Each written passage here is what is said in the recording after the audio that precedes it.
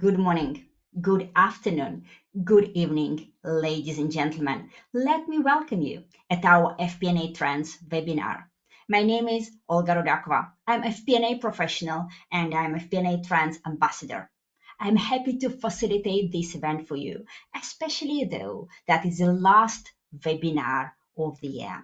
And traditionally at this event, we look inside the crystal ball. We will be speaking about top trends shaping FP&A in 2025 and beyond.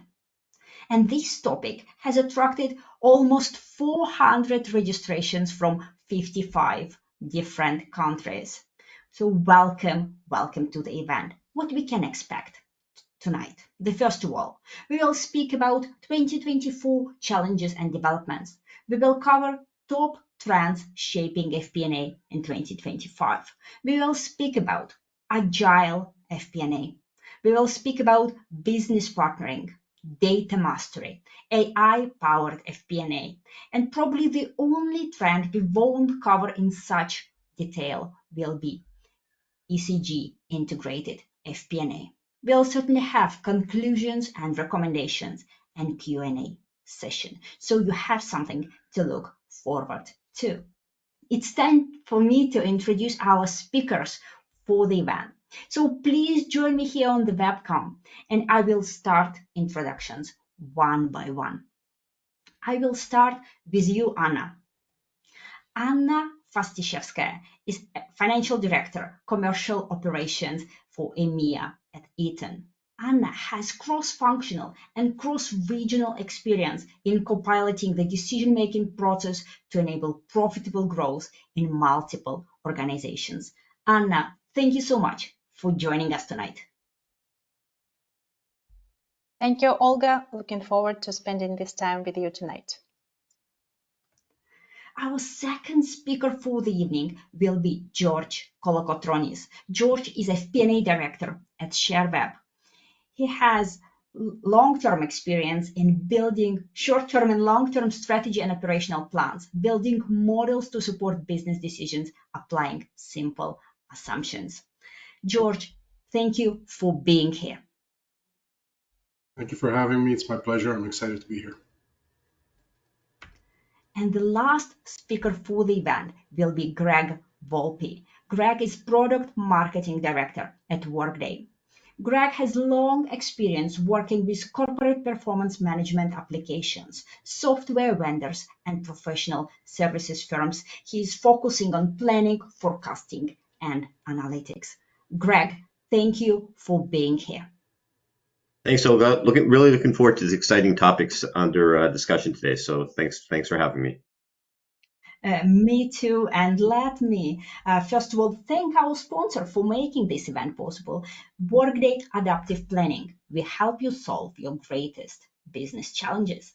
Besides that, let me introduce FP&A Trends Group and remind you about that broad spectrum of activities we do. First of all, we are international FP&A board, face-to-face community present in 33 cities, 19 countries, and on 4 continents.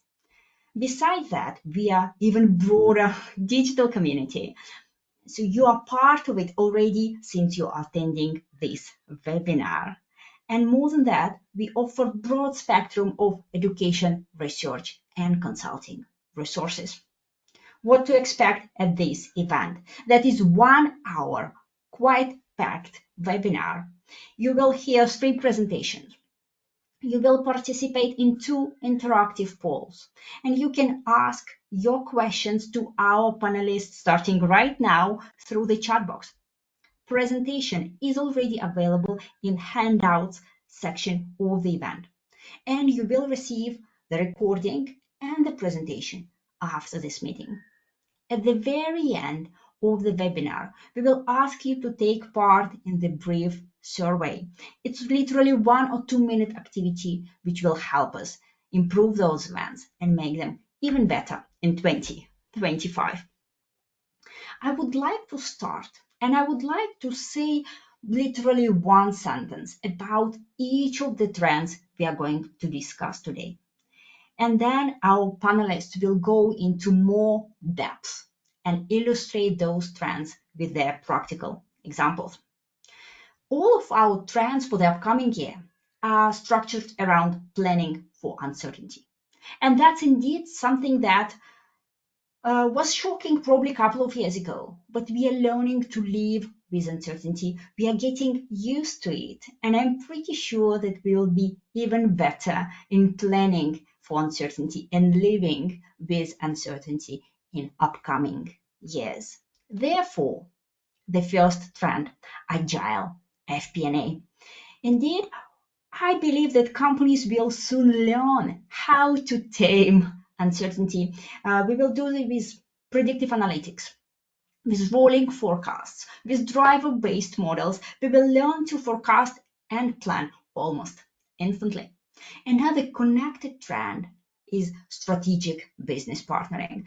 How our role will change in reaction to that agility. Our role will shift from providing numbers, from reporting to really guiding operational and strategic decisions.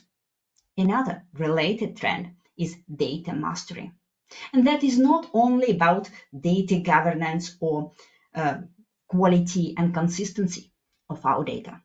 That's more about understanding what data we need for those decisions, understanding what drives our business, and how we can build our driver-based models with that data. Another trend, which actually speeds up all the trends before that, is AI-powered FP&A. You see how it actually enters into every part of FP&A processes. Eventually, it will help us to make our decisions better, faster, and to a higher quality. And the last trend we won't be going into depth today is ECG, integrated FP&A. I live in Central Europe, and I see this trend being quite strong around me in the place where I live, and I see that how companies start aligning their financial goals and business goals and sustainability as well.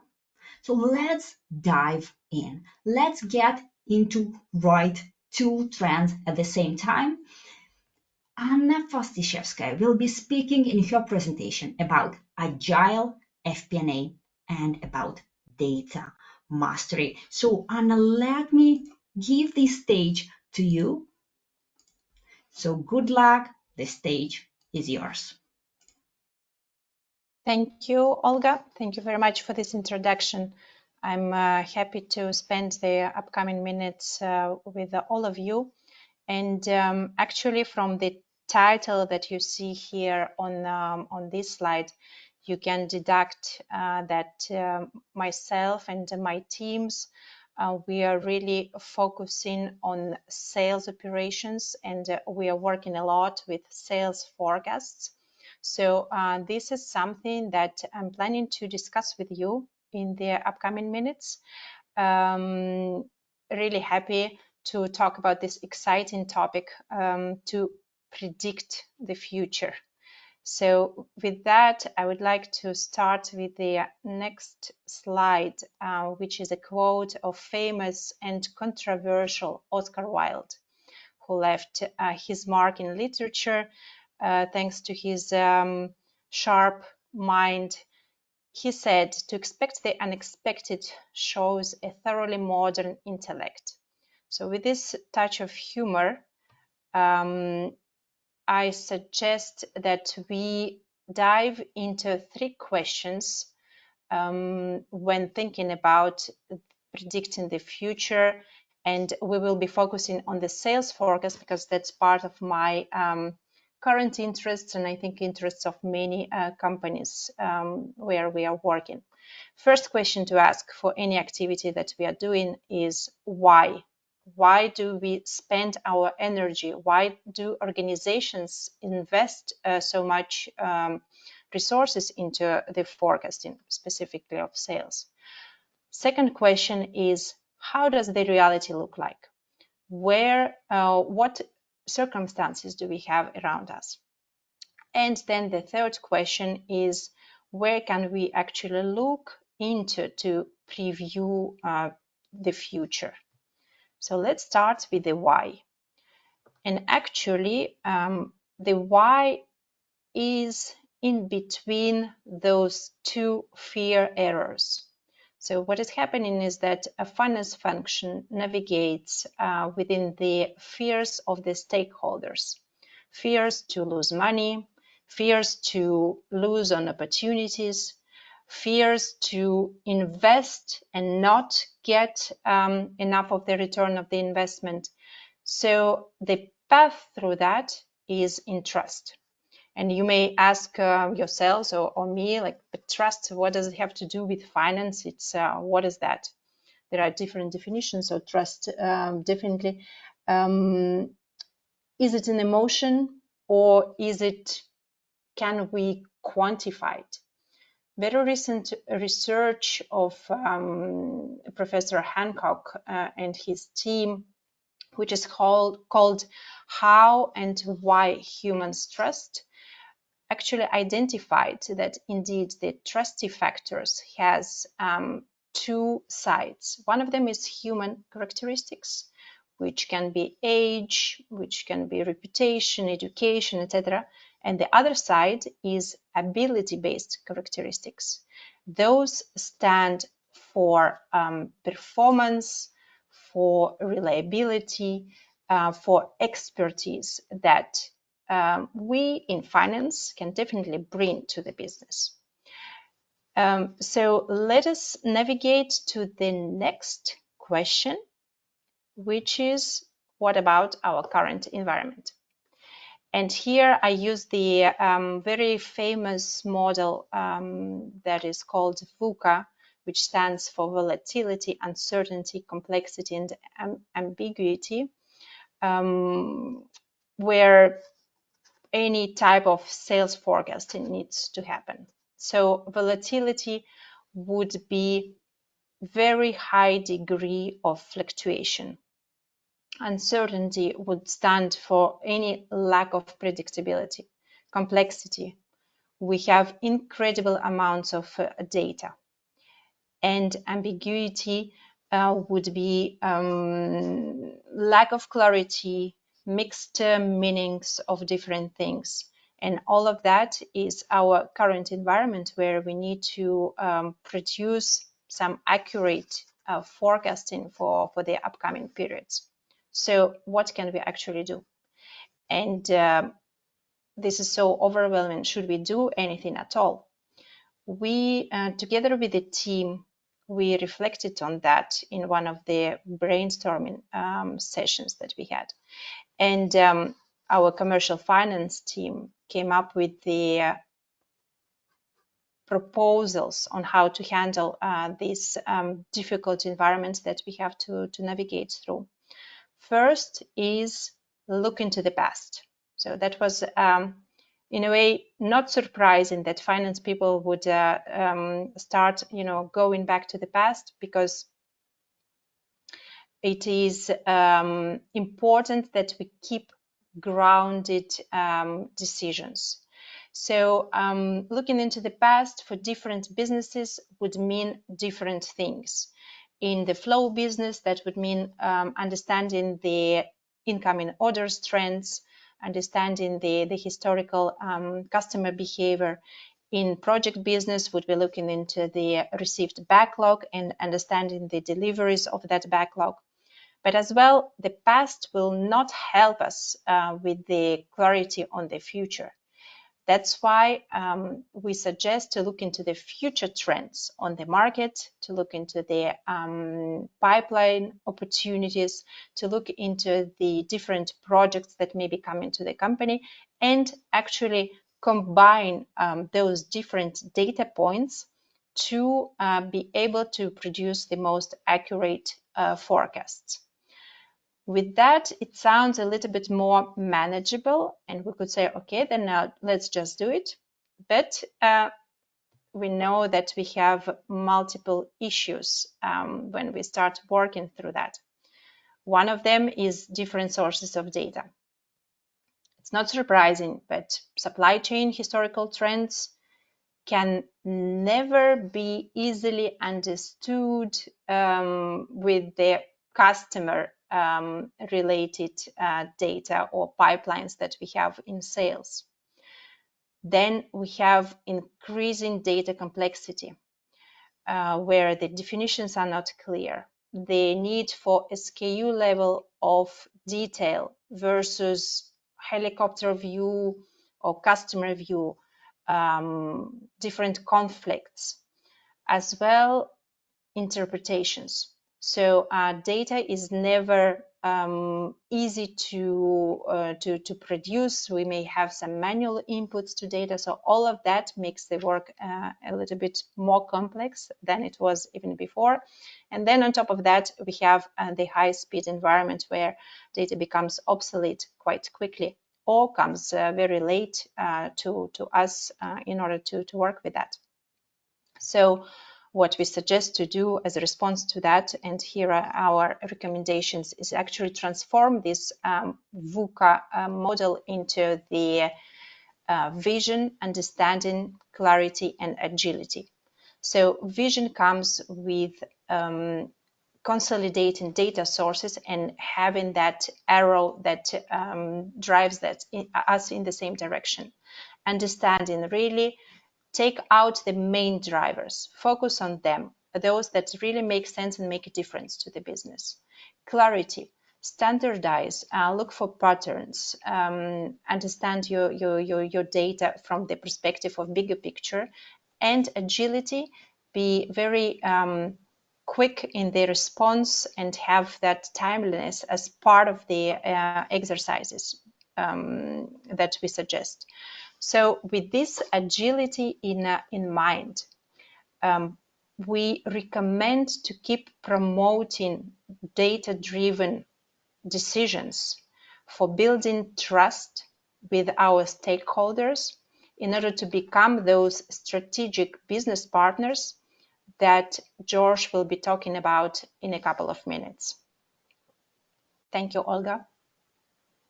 Thank you so much, Anna, for sharing your practical example with us, for sharing your recommendations. I'm pretty sure that's a good learning for all of us, and it's just the first learning from the whole event. If you have any questions to Anna, don't hesitate to ask them through our chat. Meanwhile, let me ask you a question. I would like to launch a poll for every one of you to participate, so let me do that. Let me launch this first polling question. And that goes like that. How agile is your company in planning for uncertainty? And there are 4 answer options. First of all, we have real-time data forecasting and scenario management, meaning that you are very well ready. Another option is we have rolling forecasts updated regularly, meaning that you have opportunity to react, you're well equipped to react. Third option is we occasionally update forecasts when conditions shift, and that's another option. You can update them, but you wait for external or internal triggers. And the last option is we struggle to respond quickly to changes, meaning that probably you have one budget or one plan created at the beginning of the year and you just stick to that. So let's see, where do you stand in terms of planning for uncertainty? And I already see so many people voted, so I will end this poll and share the results with everyone. And we have an absolute winner here. We have rolling forecasts updated regularly, 61% of respondents. Another quite frequent answer is we occasionally update forecasts when conditions shift, and that's 24%. 12% have answered we struggle to respond quickly to changes, and the last option with 3% is we have real-time data forecasting and scenario management. Anna, what do you think? Are you surprised at all? I'm not that surprised because I think that confirms the studies that we had recently on the similar topic or same topic. I'm happy to see that we are on the journey to become more agile. unfortunately, we still have a lot to go. I see only 2 people responded with real-time data forecasting. So a lot to do to become really responsive there. Why? As those studies proved, those companies who respond high on the real-time data forecasting, they prove to be better business partners to their business. So definitely a way to go there. And we'll certainly discuss how to get there in one of our upcoming presentations. But meanwhile, let's discuss related question altogether. What I would like to discuss with all of you, and I'll close the poll so that you can see the question, is, in your opinion, how should a more agile approach impact the mindset and the ways of working for FP&A teams? So we spoke about how it affects our processes and being more agile, more responsive to uncertainty. Now let's switch to our mindset and the way we work. Let's start with you, George. What do you think? How it affects our mindset? Thank you, Olga. Yeah, for sure. So I think what we need to start to do is really to adopt the business partnering model. I mean, that's been something that we've talked about for a long time, but we really need to get integrated. We need to have collaborative and engaging behaviors with our business partners. We need to be ready to pivot and to change direction when the business requires that. Integrate more technology. So we need to start thinking about what's next for our business. Think about things like controls and standard operating procedures. And then we cannot be afraid to play in the operations. We need to understand the business holistically. Right. Holistic understanding of the business. That's one of key takeaways from your answer. Thank you so much for that, George. And let me move on to you, Greg. What do you think? How more agile approach will change our mindset? Yeah, I agree with everything George said, especially when he mentioned about being able to pivot when needed. And I think that has to do from a planning perspective. Not only great to see the rolling forecast was top spot, but also as Anna had mentioned, more real-time forecasting, event-based forecasting. So when something material happens, and it might be out of the rolling forecast cadence, still do a forecast or an update of a plan, do more scenario planning. And then also from a technology perspective, really embrace the new planning technology, AI capabilities that are coming shortly, because that really will provide a ton more agility, as we'll get into a little bit later on. Thank you for that. Embrace new technologies, don't resist them. That's another good piece of advice. Back to you, Anna. What do you think? How more agile approach will change our mindset? So from my perspective, we as FP&A, as finance community, need to become a bit more curious, curious about the trends, curious about the future, curious about the tools, and with that, trust more automation, as Greg just mentioned. Automation will take care of the details. We are there to have the bigger picture and to focus on game-changing impacts. What I say very often is that we need to become comfortable being uncomfortable within this environment. Right. Thank you for that piece of advice. The mindset change is becoming comfortable, being uncomfortable. Thank you for that. That's a very deep answers from all of you. And it brings us nicely to the second presentation of the event. We will speak about business partnering and a bit of agile FP&A as well. You will see that agility will be part of every chapter today. So let me pass the word to George Kolokotronis, speaking about business partnering and agile FP&A. George, the stage is yours. Thank you, Olga. Hello, everyone. My name is George Kolokotronis. I'm currently heading up the FP&A team at Sherweb as Director of FP&A, and I'm thrilled to be with you here today. Sherweb is a privately run technology company focusing on cloud solutions partnerships, and they're headquartered in Sherbrooke, Quebec, Canada. Today, I'll be talking to you about the transformation that is currently underway at Sherweb, the FP&A transformation that is, and how business partnering is really the focus of all of our activity areas. So to start the discussion, I'd like to provide you with the current context. The FP&A discipline is relatively new at Sherweb, and I've been there for about nine months. During that time, it became evident to me that the level of sophistication in certain areas of FP&A were relatively low. Not too many best practices had been implemented. So I identified this as a significant risk and committed to advance the FP&A function to better serve the needs of the organization and to create a more value-added FP&A function.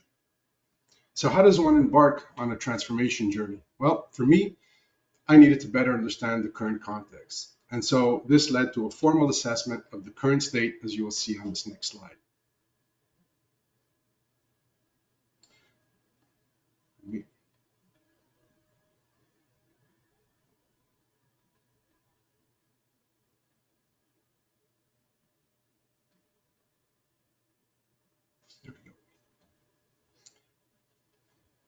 So one of the key activities that I needed to do was to make sure that I understood the current needs of the organization and how effectively those needs were being met. I looked at all the things that we did and I asked myself the questions, what value do we deliver? And then I asked questions such as, what should we be doing? What are the expected changes that are expected by us? And another important activity was to really informally survey my business partners and to understand their needs. They were telling me that FP&A was falling short in certain areas, and this was the motivation behind the vision. So I listened to their answers and formulated the answers to my own questions, and the future state slowly started to develop. And this was the birth of the desired impact. So more on that in a moment. And so as I analyzed and documented documented the gaps between the current and the future state, I structured my assessment around three key areas. So for the people, are the right people in the right roles, and are they well trained and able to do their job effectively? Around processes, do processes, well-defined processes exist? Are they documented and respected and followed? And on technology, is automation encouraged to reduce manual processes? And are we taking advantage of advancements in finance technology in particular? So this gap assessment needs to be revisited on a recurring basis, and that's something that I intend to do.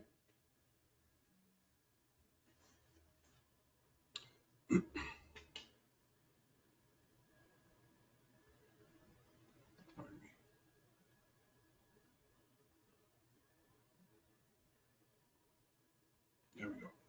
So it all starts with a vision. The first thing I needed to do was to establish my guiding light. What is the overarching result that I'm trying to accomplish here? What does every organization ask of its FP&A function? The purpose of the vision was to use as a stress test. When we are unsure of what we're working on, we simply have to go back to that vision and determine how that vision is being satisfied. And if we cannot align our activities with the vision, then it's time to reevaluate what we're doing. The vision statement is really centered around our business partners, how we provide them information and insights, and how we assist them, arming them with key intelligence to drive business forward. To put the vision into motion, I formulated a strategy that identified and grouped key activities. So that simplified how I executed the strategy. It's built around 5 key pillars. One of the pillars, for example, is planning processes. The roadmap defines the focus area that helped us execute that strategy. So for example, in this first pillar of planning processes, the roadmap activities are the annual budget, forecast, the rolling forecast, scenario planning, and strat plan, for example. And each of these activities are then planned out and the expected results are properly defined, including the cadence, the accountability areas, and time to complete. From there, we needed to ensure that our efforts were tied into accomplishing the roadmap activities. And so I designed objective and key results for each of my team members that are closely aligned with the strategy. So that translates to a well-defined responsibility area and also helps align our efforts. So the OKRs are then tied into the VOE. So what is the VOE? The VOE is a program that Sherweb has that asks its employees how they're feeling. And so this survey is called the Voice of the Employee. So it's an exercise that my team and I conducted to analyze the results, and we narrowed down the areas that we felt were the most important. And so I then aligned our OKRs with those VOE results, making sure to address and respond positively to the areas that were the biggest concern for my team. And this allowed me to come full circle, focusing on key activities that execute strategy. On the next slide, I'll talk about the desired state. the desired impacts. So as I mentioned earlier, the assessment stage gave birth to desired impacts. So to establish a strategy, I had to clearly identify what exactly I was seeking to accomplish. What was the result of the imminent change, and where were the improvements with which we would move forward as an organization? Why would my business partners support this push? The expected results from these improvements are standardization of processes, improved decision-making, digital enablement, increased productivity in areas such as data accuracy and defined roles, and then scalable FP&A structure. And so with this in mind and the full support of the organization, I was able to build that strategy around these key pillars, which we'll see on the next slide. So I established the 5 key pillars as a grouping of themes, and each of these themes requires different intervention. Supporting these key pillars are the organization's core values. You see those at the bottom. They are the foundation that governs how we conduct ourselves, and this is the foundation of the strategy. So if we look at these individually, the first pillar is our planning processes. This deals with how we execute financial exercises and models that specifically support decision-making. Second pillar is financial reporting, the analysis and explanation of variances and commentary. The third pillar is around data usage and analytics, incorporating non-financial metrics such as KPI within our publications. And then the fourth and last pillar is people. It's about how we conduct our, it's about continuous learning, maintaining a high level of engagement, and assuring that bench strength and success planning for continuity are part of our thinking. So anchored on these core values, the strategy has taken great relevance and resonates with our key stakeholders.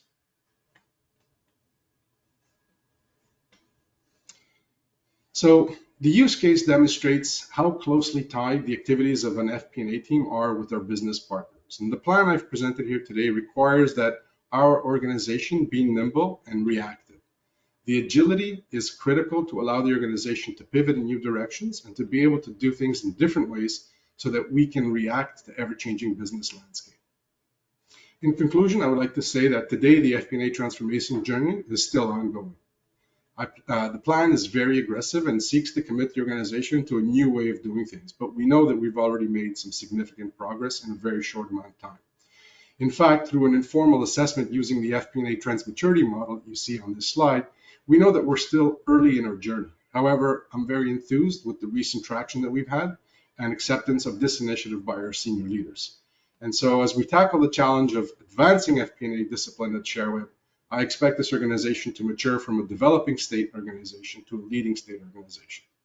And I would love the opportunity to return here to this audience to be able to provide you with a report card on our progress and our accomplishments.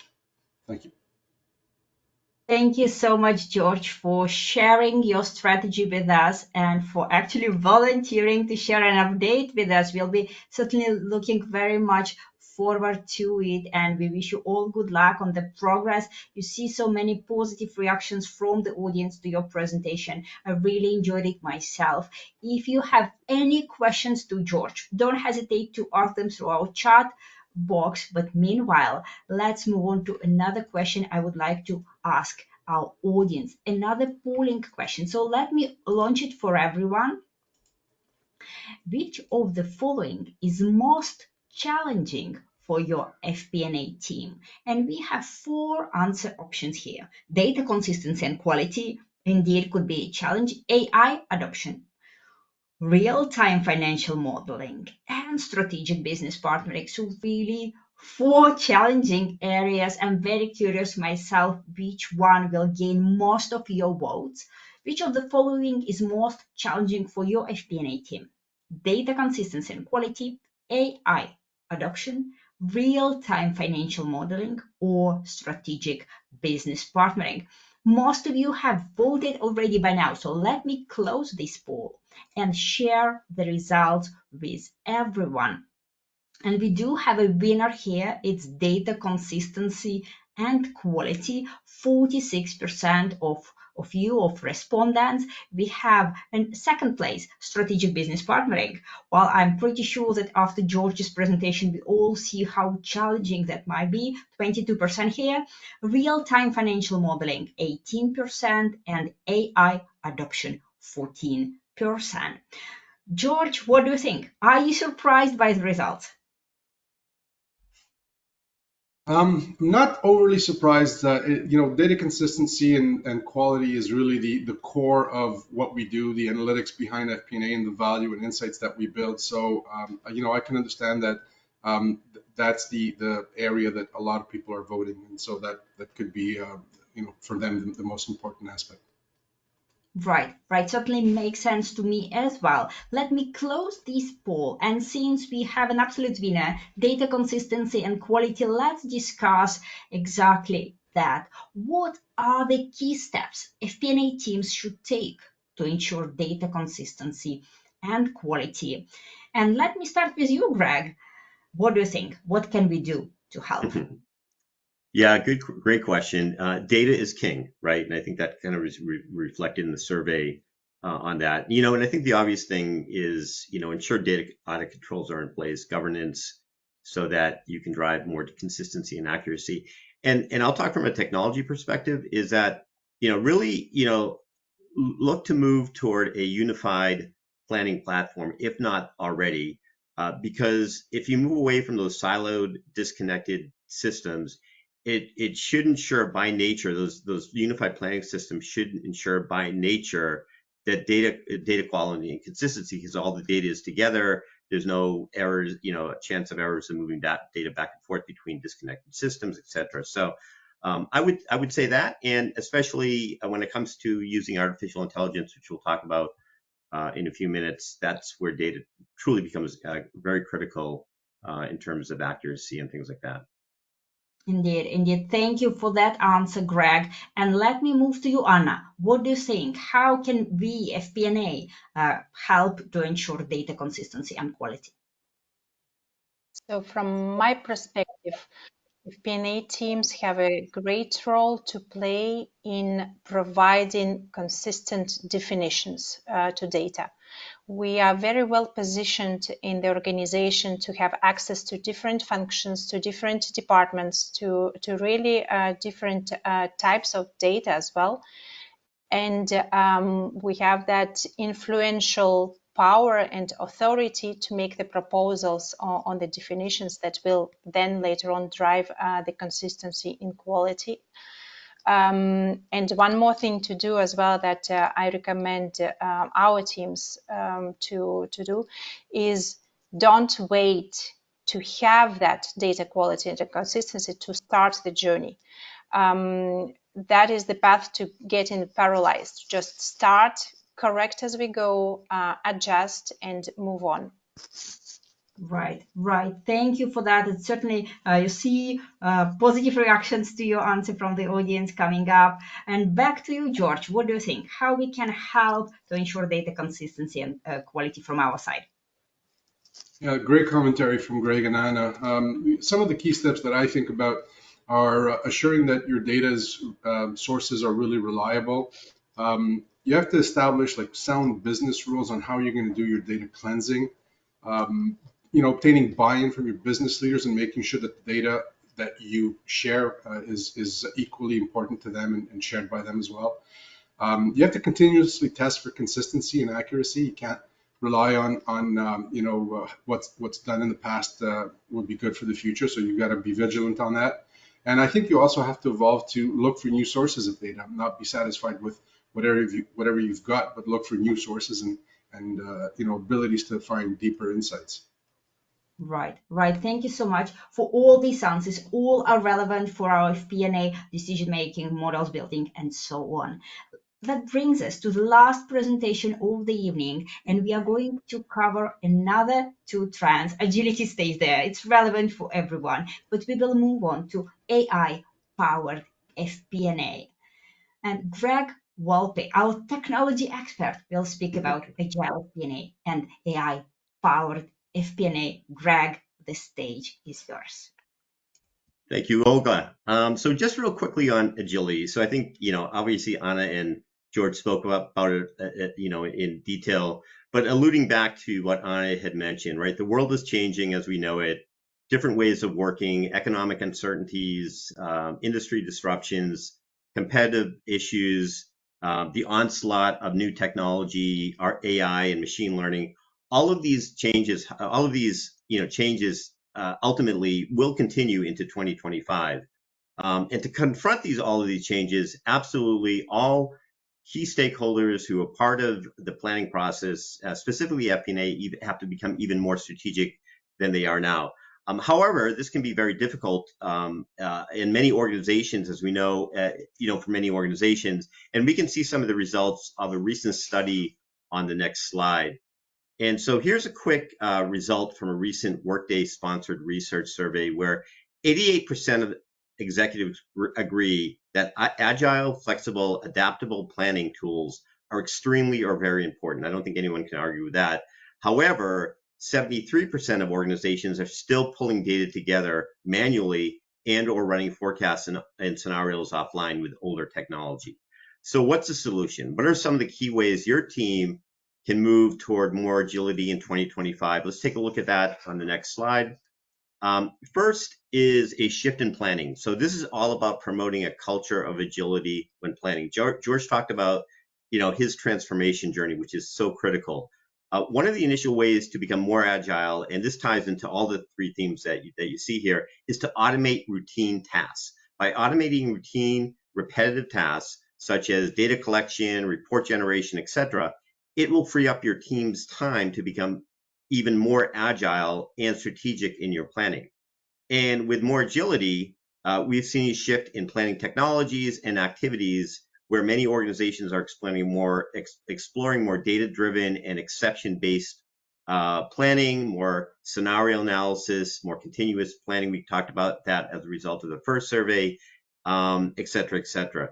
The second theme is to look at your planning technology, as we talked about before. From a technology perspective, making a successful transformation to a modern financial technology, FP&A teams and organizations should realize a lot of benefits.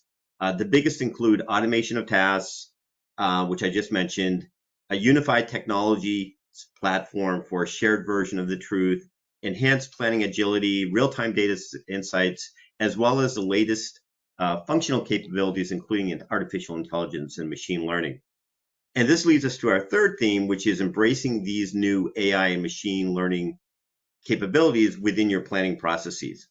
Overall, these new capabilities will drive less number crunching because of AI's ability to automate repetitive tasks, less focus on detailed modeling, which will leave more time for becoming an agile strategic advisor to the business. So on the next slide, let's take a look at what value that AI brings to FP&A. And there's a lot of value, and I'm just going to mention three here. So first, an engaging experience, a consumer experience, like we all experience today with Netflix, Facebook, Instagram, all those kind of machine learning type of applications. It's all about achieving a personalized, better experience for all users in the planning process. And of course, automation. As we just mentioned a few times today, lots of places where AI capabilities can assist FP&A in their work. Maybe it's report generation, variance explanations, forecasting, or automated notifications as an example. But ultimately, it's really about augmentation for FP&A. AI is not about replacing FP&A teams, but rather helping them make better decisions faster and with more confidence. And recent research bears this out, but let's take a look on the next slide. So here's an interesting stat from a recent survey. For those already putting some form of AI to work, 71% of CFOs say it has created value by improving the productivity of finance employees, and 54% cite better use of data in business decisions. So that's incredible statistics on those organizations already starting to use some form of AI within their processes.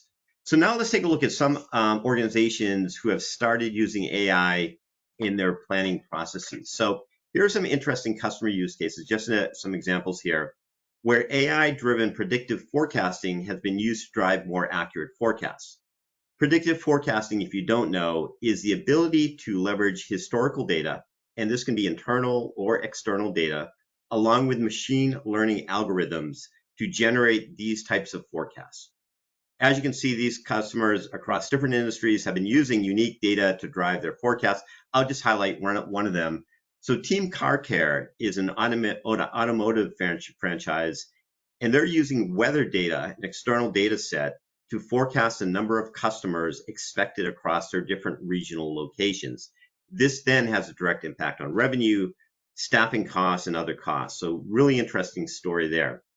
And so let's finally take a look at some examples of AI capabilities on the next slide that exist today and that are being used more and more by FP&A teams to augment their planning and forecasting capabilities. So you can take a look for yourself here, but I'll highlight one of them. One of the more profound areas that technology vendors are exploring with AI is generative AI capabilities. For example, conversational AI, or sometimes referred to as conversational planning, are capabilities that enable users, like business managers, to surface data and insights quickly by simply typing in a question or query within their planning application. And as you can see, planning capabilities coming for FP&A teams to take advantage of. This is just the tip of the iceberg. You'll see over the next couple of years, this slide will just become more busy with more capabilities available to FP&A teams. So as a recap, the evolution of FP&A in the age of AI is essential for enhancing decision-making, accuracy, and promoting collaboration and agility. And going into 2025, AI development is only going to accelerate by technology vendors. So with that, I'll pass it back to you, Olga. Thank you so much, Greg, for your presentation, for sharing insights and practical examples. I'm pretty sure that every one of us have already touched AI in that or another way, and we'll continue doing so. So I'm really looking forward to discuss the same topic in 1 year time. Meanwhile, let's move on to our Q&A. We have received so many good questions from our audience, so I'm really trying to answer as many of them as possible. So let's start with you, Anna. And I have a question related to your practical example. You spoke about agile forecasting with sales team, commercial teams. So the question goes like that: how to convince the key players, key stakeholders, to share their information and be more involved in the planning and forecasting process? So how you solve that? That's a very, very good question. Actually, the journey starts well before the need for information sharing. It is when we really go into the curiosity mode that I mentioned in the mindset shift that we need to have, and we listen. We listen to the critical stakeholders. We understand, we learn about the business from them. We learn about the customers. We understand their trends. We understand the drivers. And we come up with some suggestions, solutions to some of the key needs that they have. This is where they start building that trust in our expertise, in our performance, the reliability that I mentioned in the beginning. Those are the components of the ability-driven parts of trust that the research found for us. So yes, the journey is not one day. It requires investment. Amazing, amazing. Thank you for your answer, for elaborate answer. I loved it a lot.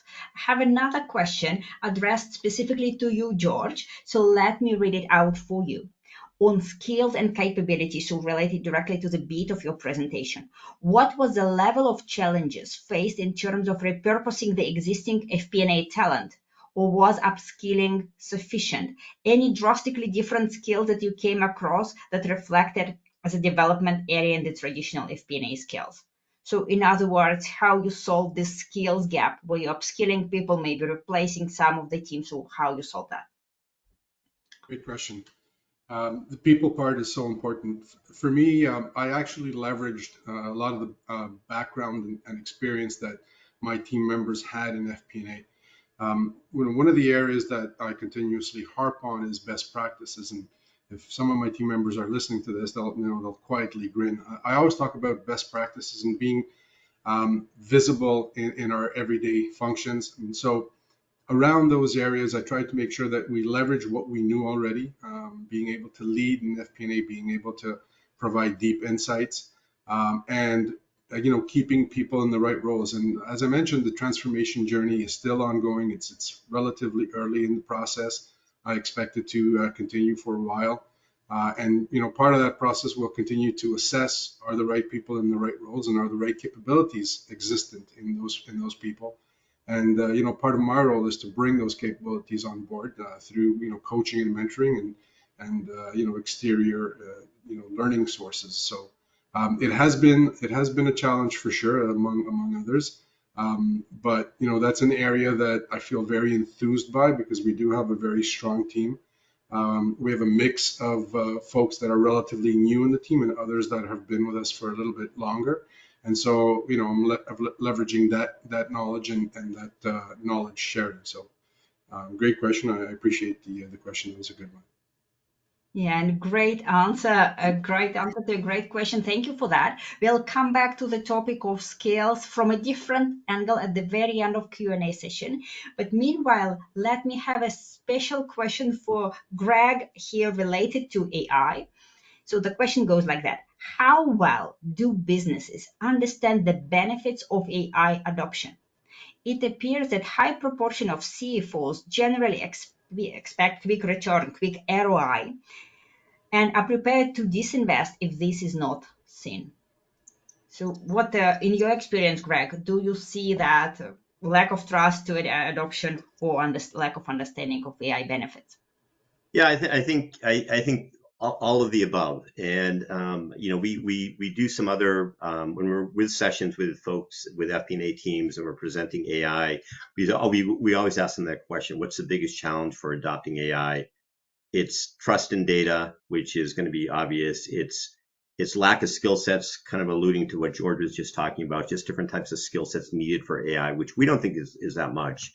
Lack of value. As to your question, what's the value that we're actually going to realize? How do we measure that with AI? And then also just being on legacy systems that currently either have very limited AI capabilities or cannot integrate exceptionally well with purpose-built AI systems. And so there's a whole slew of those. So, the best thing to do whenever we recommend this is that, research a vendor, which is best leading practice, and look at their AI philosophy, their development philosophy. Most important is that make sure that they have their number one priority with AI development is privacy and security of data. That is most important. And then also look for how the technology is built within the architecture. It should be transparent to the end user. There should be no expectation that FP&A teams should become data scientists, but rather just, to animate a great point before, is just be curious. Be curious about the new technology, the new functionality that it can bring to your team. And if you partner with a leading vendor that has AI and that ease of use, that personalized experience in mind, you're going to gain a lot of value pretty quickly with this new technology. Right, great answers, everyone. And I have one more question, which actually looks to me like an elephant in the room. I really like this one. Obviously, we have discussed agility, we have discussed business partnering and AI, and we see that we need better, faster, real-time decisions. So the question that I will address to each one of you is, will AI replace the business partnering role? And please elaborate. Anna, let's start with you. Short answer is not. And AI will really enable the business partner role to become more meaningful, to become more strategic, to become what we really want it to be in order to drive the value to the business. Why? Because we'll be able to really delegate those tasks that currently take so much of our time. If you look in those researches where we look into FP&A teams' time investment, it is still so much on redundant work. So I really count on AI to become that assistant to us to drive the value for the business. Thank you. Thank you for this answer. George, what do you think? Will AI replace business partnering role, and to what extent? For sure, I agree with Anna. She made some great points. I mean, if I can piggyback on a few of those, when we think about what FP&A means to us, take my own example. What I want to do is drive business, right? So I need to be the person that puts together activities around this organization that helps those that are making decisions have a better idea of what the impact could be on those decisions. And so anything that doesn't line up with that is maybe time not well spent. And that's where AI can come in, really, as Anna mentioned, to take away the routine, daily tasks that can be automated and done in a much more efficient way, and allow us as business partners to focus in on the business, to play in the operations, as I mentioned earlier, to understand, where the business is driving towards, what are the growth tendencies, and help push that growth. And so, absolutely, I don't see that as a replacement, but definitely as an enabler. Amazing. Greg, back to you. You are an AI expert. How do you see that? Will AI eventually replace us? I think Anna and George are the experts, actually. No, I echo everything that they have to say. I mean, it's, again, just getting back to a point, is that AI, really AI is all about augmenting decision making. AI is not going to replace FP&A. AI can only go so far in terms of what it does best, and that is automating repetitive tasks, assessing huge data volumes to identify different trends and seasonality and things like that very quickly. That's what it does best. And then using algorithms to kind of, in predictive forecasting, run forecasts. But it's never gonna take the human element out of it in terms of making thoughtful, insightful decisions about plans and forecasts and strategies and things like that. So far. I did agree with every one of you. Thank you so much for your answers. Let me, by the way, for everyone who doesn't have his or her question answered, we will do that in writing after the event. Thank you for sending all great questions to us, to our panelists. Meanwhile, we are getting to the end of the event, so let me first of all suggest to all of you to read an insights paper on related topic. It's on the topic of FP&A business partnering in the age of AI. So some answers to those questions are inside this paper. As well, what I would like to do next is obviously to thank our sponsor for making that event possible, Workday Adaptive Planning. We help you solve your greatest business challenges. More than that, I would like to invite everyone here to connect to our FP&A Trends global community if you haven't done so. And there are multiple ways to do that. So choose the channel that is closest to you. Before you leave, please fill in a very short survey that will help us improve those webinars. Big thank you to everyone who has joined our live event today. Great thank you to all our panelists for sharing your practical examples, for sharing your wisdom with us. Thank you, everyone. Have a good day and see you in 2025 already. Goodbye.